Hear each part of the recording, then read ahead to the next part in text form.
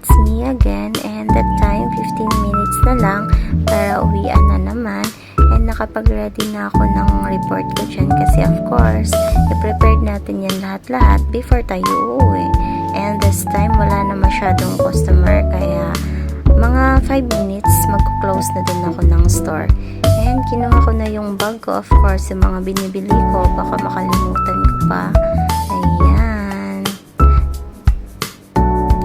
And this time magko-close na din ako ng light kasi before 5 minutes para ma-prepare ko ng maayos yung report ko, kailangan ko mag-close ng light para wala nang customer na pumasok.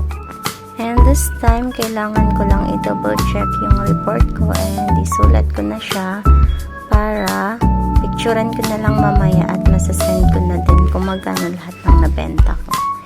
And ayan, wala na akong gagawin dyan. Magka-close na ako ng system namin.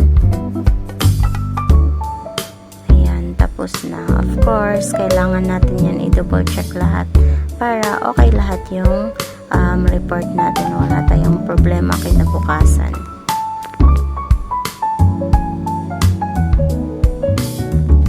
And chine-check ko ng maayos para tali lahat ng benta at nasa report ko.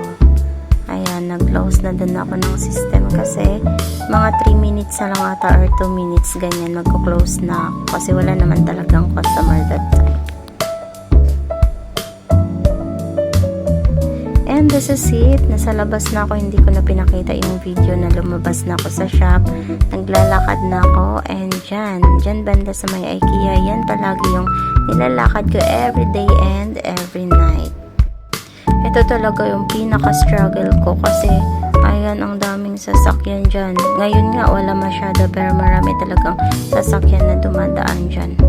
Ang tagal-tagal ko makakatawid. And ayan, nandyan ako sa gilid. Dyan sa harap ng Avenue Mall.